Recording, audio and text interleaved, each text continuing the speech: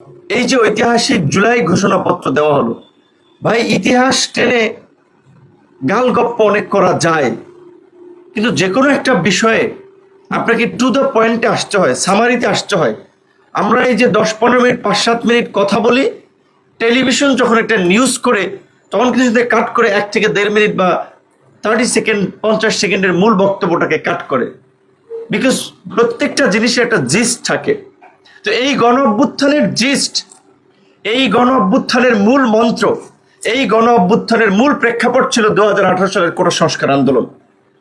যেই আন্দোলনকে কেন্দ্র করেই, যেই আন্দোলনের মধ্যেই গড়ে উঠেছিল আমাদের ছোট ভাই বন্ধুদের, কিশোর বন্ধুদের নিরাপদ সড়ক আন্দোলন। এবং এই কোটা সংস্কার আন্দোলন এবং নিরাপদ সড়ক আন্দোলনের ধারাবাহিকতায় আমরা তরুণ প্রজন্মকে নিয়ে এই প্রথাগত রাজনীতির বাইরে আমরা সংগ্রাম চালিয়ে গেছি।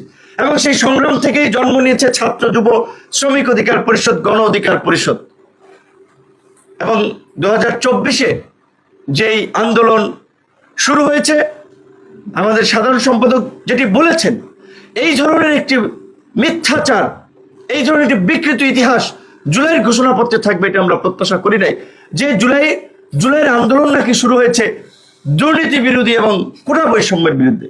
কিসের দুর্নীতির বিরুদ্ধে? কোথায় আন্দোলন শুরু হয়েছে? এই আন্দোলনের মধ্যে কোথাও লেখা ছিল, পরিষ্কারভাবে ব্যানারে লেখা ছিল 2018 সালের পরিপত্র পুনর্বহালের দাবিতে, পরিষ্কারভাবেই বলা ছিল পুনর্বহালের দাবিতে, ব্যানারটা ছিল বৈষম্য বিরোধী আন্দোলন। কাজী এই ধরনের উচ্চ শিক্ষিত লোক, জ্ঞানীগুণী লোকেরা একটা খসড়া আপনার দিবেন, সেই খসড়ায় একটা ঢাহা মিথ্যা কথা থাকবে, এটা আমরা প্রত্যাশা করেছিলাম। এই জন্য বলেছি মন গড়া ইতিহাস লেখা যায় না। আওয়ামী লীগ 71-এর যে ন্যারেটিভ বিনির্মাণ করার চেষ্টা করেছে, আমরা দেখেছি এই জুলাই গণ অভ্যুত্থান নিয়ে একটি গোষ্ঠী, তাদের মন গড়া একটা ইতিহাস বিনির্মাণ করার চেষ্টা করা হয়েছে। আমরা বিএনপি, জামাত এবং এনসিপির সুস্পষ্ট বক্তব্য চাই। আমরা যতদূর জানতে পেরেছি, এই ঘোষণাপত্র চূড়ান্ত করার আগে দফায় দফায় ফরমালি এবং ইনফরমালি বিএনপি, জামাত, এনসিপিকে নিয়ে বৈঠক হয়েছে।